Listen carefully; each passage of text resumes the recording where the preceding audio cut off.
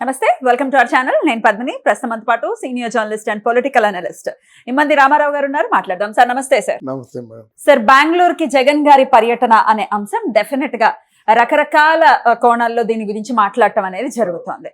అంటే అది చాలా విపరీతంగా మాట్లాడే పరిస్థితి కూడా ఉంది. దాని గురించి కూడా ఒకసారి మాట్లాడుకుంటే, ఎందుకు వెళ్ళారు అసలు బెంగళూరు, అలాగే ఈ రెండో వైఫ్ అనే అంశం కూడా డెఫినెట్ గా చాలా వివాదాస్పదమైన అంశం. ఎటువంటి ఆధారాలు లేకుండా ఇట్లా మాట్లాడటం డెఫినెట్ గా హేయమైన పద్ధతే. అట్లా అసలు ఈ మొత్తం వ్యవహారాన్ని ఎలా చూడొచ్చు సార్? అంటే ఇక్కడ బెంగళూరుకి బయలుదేరడంలో ఆత్మరక్షణ కోసం వెళ్ళాడు.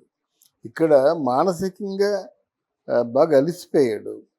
తర్వాత అంటే ఎవరైతే గెలవరు అనుకున్నారో, ఎవరైతే తనకు దూరంగా ఉంటారనుకున్నారో వారు అంటే వాళ్ళ కుర్చీల్లో కూర్చుంటూ ఈయన్నేమో కొంచెం హేళనగా చూడడం, ఇవన్నీ కూడా తట్టుకోలేని పరిస్థితి మాట. 150 మందితో ఆయన ఒక రాజులాగా వెళ్ళేవాడు.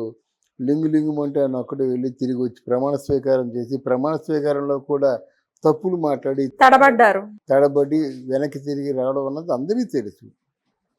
ఇకపోతే ఇందులో సందిట్లో సడేమి అన్నట్టుగా ఆయనకి అరెస్టు కోసం తాడేపల్లి ప్యాలెస్ దగ్గర సిఆర్పిఎఫ్ అంటే సెంట్రల్ బలగాన్ని మోహరెత్తడం, ఇవన్నీ సైకలాజికల్గా మనిషిని కొంచెం కులంగతీస్తాయన్నమాట.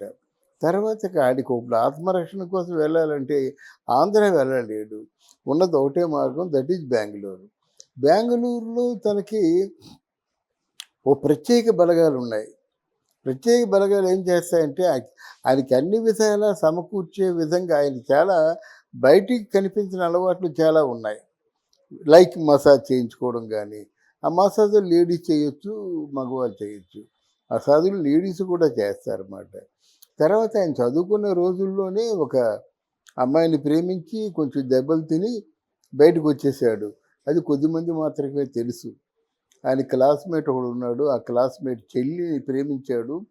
అది సాధ్యపడలేదు. సాధ్యపడకపోతే చాలా మ్యాన్ హ్యాండింగ్ చేసినట్టుగా ఉంది. తర్వాత ఈయన తాలూకు యాక్టివిటీస్ నచ్చక రాజశేఖర రెడ్డి గారిని విదిలించుకుందామని వెళ్ళిపో, నువ్వు ఎక్కడికో పో, నీ వ్యాపారాలు చూసుకో, నా దృష్టికి రావద్దని కూడా హెచ్చరించడం కూడా జరిగింది. ఇక్కడ జగన్మోహన్ రెడ్డి అంటే కొంచెం పగ ప్రతీకారాలతో కూడుకున్న మనిషి. తను అందాన్ని కోరుకున్నా, సంపదను కోరుకున్నా, తను కోరుకున్న సంపద తన దగ్గర రావాల్సిందే. అది 100 ఎకరాలైనా 200 ఎకరాలు అయినప్పుడు కూడా ఎంత సంపద అయినా ఆ సంపదని దోచేసుకుంటాడు.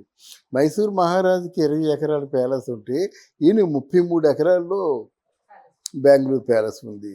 తర్వాత అక్కడ తనకున్నటువంటి స్నేహితులు, అంటే వేలు లక్షలు కోట్లు బిజినెస్ చేసే వాళ్ళు స్నేహితులు ఉన్నారు. ఆ స్నేహితులతో ఎప్పుడు కూడా అక్కడ ఆయనకి ఒంటరిగా ఉంటాడు, వాళ్ళు ఉంటారు కనుక తన రాసలీలల గురించి ఒక పత్రిక రాసింది. బెంగళూరులో ఆయన ఎటువంటి నిర్వాహకం చేస్తాడో అన్నది ఒక ఇంగ్లీష్ పత్రికలో వచ్చింది. అప్పుడు వచ్చినట్టయితే దానికి మనం అప్పుడు చెప్పుకున్నాం, ఒక 1-2 సంవత్సరాల ముందు. అంటే ఓవరాల్గా అయినా కొంత అమ్మాయిలంటే ఆకర్షణకు లొంగిపోయే ఒక బలహీనత ఉన్న మనిషి. ఇక్కడ కూడా అనుకున్నారు, ఎంత ఎవరు ఏ విధంగా పిలుచుకున్నప్పుడు కూడా ఇక్కడ కూడా అత్యంత సన్నిహితంగా ఉన్నవాళ్ళు, అంటే జగన్మోహన్ రెడ్డితో డైరెక్ట్గా వెళ్ళి మాట్లాడగలిగిన వాళ్ళు ఒక 2-3 ఉన్నారు. 2 ఉన్నారు ఆడవాళ్ళు. వాళ్ళు కూడా వీరికి అత్యంత ప్రీతిపాత్రమైన వాళ్ళని. జగన్మోహన్ రెడ్డి గారి అండతో 1000 కోట్లు సంపాదించారు అన్నది ఇక్కడ టాకు. ఈ టాకే నిజమైంది మాట చివరకు. ఈ నిజాలు ఎలా తెలుస్తాయంటే, ఈరోజు జగన్మోహన్ రెడ్డి తాలూకు అంటే పర్సనల్ సెక్రటరీస్, కలెక్టర్స్ కూడా ఆయన హయాంలో ఉన్నవాళ్ళు ఇప్పుడు చంద్రబాబు నాయుడు ముందు కూర్చున్నాడు. అంటే జగన్మోహన్ రెడ్డి ఎన్ని అఘాయిత్యాలు చేశాడో అవన్నీ కూడా ఒక్కొక్కటి ఎవరెవరికి ఎంత అమౌంట్ ఇచ్చాడు, ఎంత ట్రాన్స్ఫర్లు అయ్యాయి, మొత్తం అంతా తెలిసిపోతుంది ఇప్పుడు మాట. ఇప్పుడు జగన్మోహన్ రెడ్డి చేసినటువంటి తప్పులన్నీ బయటపడుతున్నాయి. ఇదే ముందు బయటపడినట్టయితే పవన్ కళ్యాణ్ 3 పెళ్ళాలనగానే జగన్మోహన్ రెడ్డి వ్యవహారాన్ని కూడా బయటికి తీసుకొని ఆయన పరువు తీసేవాళ్ళు అన్నమాట. అదృష్టవంతులు. ఓడిపోయాడు, వెళ్ళిపోయాడు. చచ్చిన పవన్ ఏం చంపుతామని చెప్పేసి వీళ్ళు ఊరుకున్నారన్నమాట.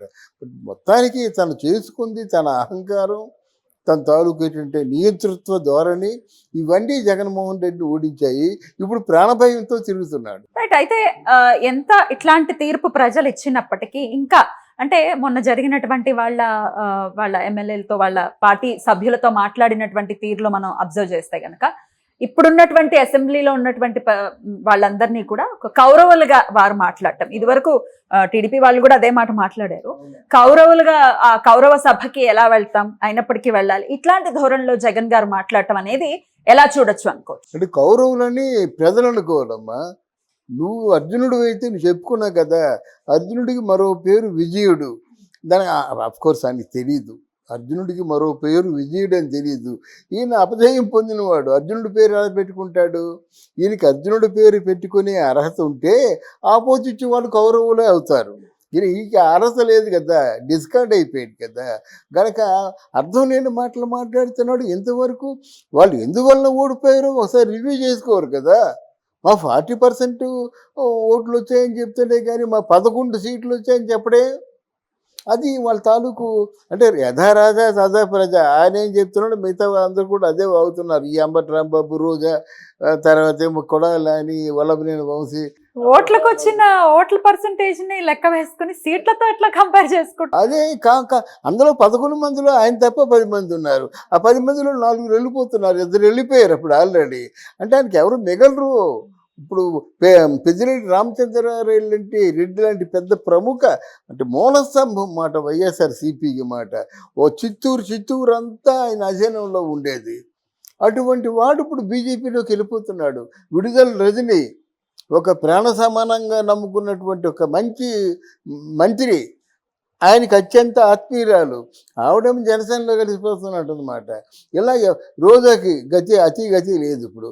అప్పుడు ఎవరైనా తీసుకుంటారా సార్? ఎవరు తీసుకోరమ్మా. రోజాకి ఏంటంటే ఆవిడ హద్దులు దాటేసింది. హద్దులు దాటి మాట్లాడడం వల్ల రేపు పొద్దున మన పార్టీలో తీసుకుంటే మనం అంతే అవుతాం కదా. మన కోపం వచ్చి ఆవిడ కోపం వచ్చి వెళ్ళిపోయినట్టయితే మన పార్టీ పరువు అంతా తీసేస్తుంది కదా అనేటువంటి భయంతో లాస్ట్ ది క్యారెక్టర్. అది అందువల్ల రోజాని ఎవరు తీసుకోరు. కానీ మిగతా పెద్దిరెడ్డి రామచంద్రారెడ్డి లాంటి వాడికి ఈరోజు పరిస్థితి ఏంటంటే, పుంగునూరు వెళ్తే నువ్వు వస్తే చంపేస్తావు అంటున్నారు. ఒకప్పుడు మొత్తం జిల్లాని శాసించిన నాయకుడు పుంగునూరు నువ్వు వచ్చావంటే చంపేస్తామంటున్నారు, భయపెడుతున్నారు. అలా విశాఖపట్నానికి హైదరాబాద్కి మధ్యం తిరుగుతున్నాడు. ఇది ఆయన పరిస్థితి. వాస్తవిక పరిస్థితి తెలుసుకోలేకుండా ఒక సోంబేరి అక్కడ అనకూడదు, కానీ రాజ్యాంగానికి అర్థం తెలియని వాళ్ళందరూ మంత్రులైతే ఇలాగే ఉంటుందన్నమాట. వాళ్ళు అంటాడన్నమాట, జగన్మోహన్ రెడ్డిని మోసం చేశారు, ఈవీఎంలు మోసం చేశాయంటే నువ్వు 151 సీటు గెలిచినప్పుడు ఇదే మాట అనొచ్చు. అయినా ఈవీఎంలు ముందుగానే టెస్ట్ చేయటము, ముందుగానే పార్టీ వాళ్ళని పిలవటం, చూపించటం, ఇవన్నీ జరుగుతాయి కదంటే ఇవన్నీ ప్రజలకు తెలియదనా? తెలిసిన వాళ్ళకి అసలు ఏంటి ధోరణి? మనం ముందే చెప్పాలి, ఎలక్షన్ ముందే చెప్పాలి. నో మీ ఒప్పుకోండి, మేము బ్యాలెట్ ఓటింగ్ పెట్టండి అంటారు కదా. ఈవీఎం మెషిన్స్ చెక్ చేసుకుంటారు. అందువల్ల వీళ్ళు గెలిచినప్పుడు ఏమో ఈవీఎంల మాట ఎత్తలేదు. ఇప్పుడేమో అంటే ఏదో ఒకటి మాట, ఏదో వంకతప్పుడు. జగన్మోహన్ రెడ్డికి కావాల్సింది ప్రాణ రక్షణ అండి. ఆ పార్టీ మీద మోదు పోయింది. పార్టీ పెట్టి ఆంధ్రదేశంలో ఎన్ని లక్షలు కొలగొట్టాడు. ఆంధ్రదేశం తాలూకు జాతీయ సంపదను కూడా తనఖా పెట్టేశాడు. అంత దుర్మార్గం చేసిన వ్యక్తి ఇంకా మాట్లాడే నైతికమైన హక్కు లేదు నాన్న, హక్కు లేదు. మార్పు మరి వస్తుందా ఇకపైన? మరి మాట్లాడే ధోరణిలో మార్పు వస్తుందా? ఆయన పక్కన పెడితే ఆయన అనుచరులు ఎవరైతే ఉన్నారో వాళ్ళల్లో మరి మాట తీరులో మార్పు వస్తుందో లేదో అనేది డెఫినెట్ గా ప్రశ్నార్థకంగానే ఉంది. అంతేనమ్మా. ఎప్పుడైతే చంద్రబాబు నాయుడు తాలూకు భార్యని క్యారెక్టర్ అసాసినేషన్ చేశాడో పార్టీ అధ్యక్షుడిగా మందలించాలి, క్షమాపణ చెప్పుకోవాలి. ఇది పునరావృతం కాదని ఒడంబడికి పడాలి. మరి ఆవిడ ఎవరు మాట్లాడిపోయినా ఆవిడ ఎంత బాగా మాట్లాడింది. ఒరే మీరు ఈ చేతితో అన్నం తిన్నారా చాలు, ఒక్క మాటతో పేగులు తెగిపోయి మాటలు మాట్లాడేదన్నమాట. అన్ని విధాల ఆయన అవినీతి చేశాడు, అక్రమాలు చేశాడు, అహంకారం చూపించాడు, నియంత్రిత ధోరణి చూపించాడు.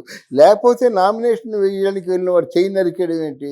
ఎంతమందిని చంపేశాడండి, ఎన్ని హత్యలు చేశాడండి, ఎన్ని మానభంగాలు చేశాడు.